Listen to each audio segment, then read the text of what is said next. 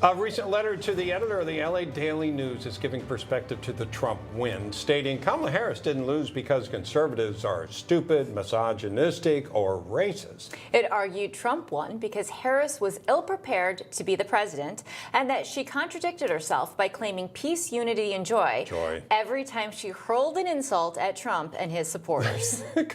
Joyfully hurling insults, calling people Nazis. Most notably, the letter highlighted a vote for Donald Trump was the outright rejection of the woke insanity being forced on the American people.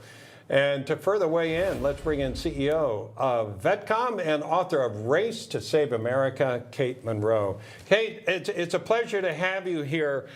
What I also wanted to talk about, in addition to this, is generally how the American people are rejecting that whole wokeness.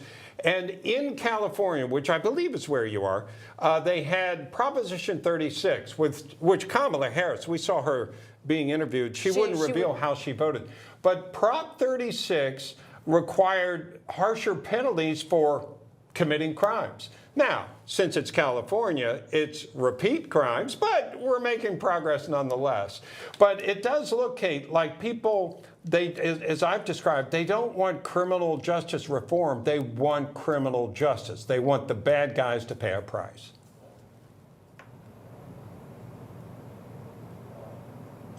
They want to go back to some semblance of law and order. You know, it was Kamala Harris that helped to pass Prop 47, which basically made crime legal. And now crime, Prop 36 seems to make crime illegal again. There's not enough harsh penalties, but the people of California, through all the smash and grab and all the drugs, homelessness, lawlessness, we're just fed up. 10 out of 10, we cannot take any more of this. And I think if you look at the whole of the state, they made a pretty big shift even toward Trump. So I think you're going to see more of that through this season, depending on how well we do during this administration.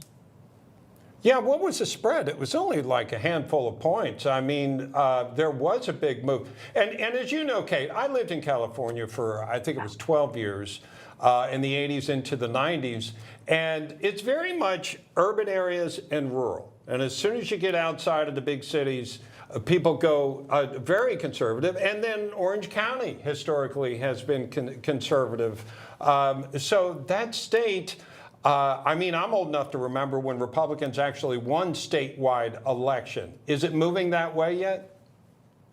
Well, I think we saw it move miles toward that direction. So I think, like I said, it depends on how well we do during this 4 years. If we do amazing things, the people in California feel safer and more prosperous, I think it'll go even further. I think then J.D. Vance will have a good shot, being our next president, and even California may lean into him. But I think we have to make a concerted effort here in California, especially to clean up our homeless problem. I have walked the streets in San Diego, Oceanside, LA, and Skid Row, and the Tenderloin, and I can tell you that it is not safe for the general public to be walking in these areas. I have bumped into multiple drug dealers. I've been chased with machetes. I've stood on drug needles to talk to people.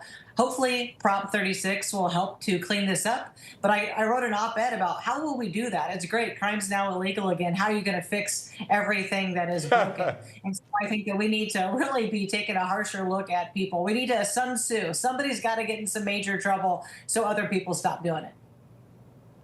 Well, I mean, one of the major successes on Election Day was that George Gascon, the LA DA, the very liberal George Soros-funded DA, was soundly defeated.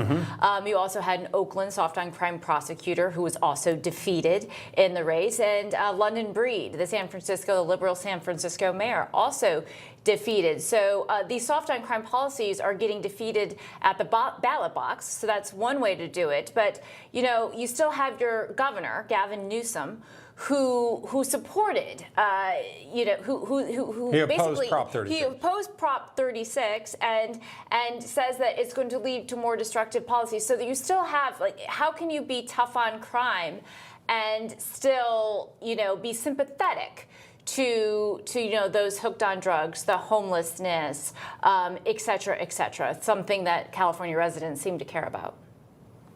Well, I think when it comes to homelessness, I have been talking about the last year, even when I ran for Congress, that we need to come up with a base camp. We need to have a FEMA level response. If we build infrastructure camping, we can sort people as to why they are homeless. We can transform their lives before we transition them. If your journey to becoming clean is 2 years, well, that's how long you're going to be at the base camp.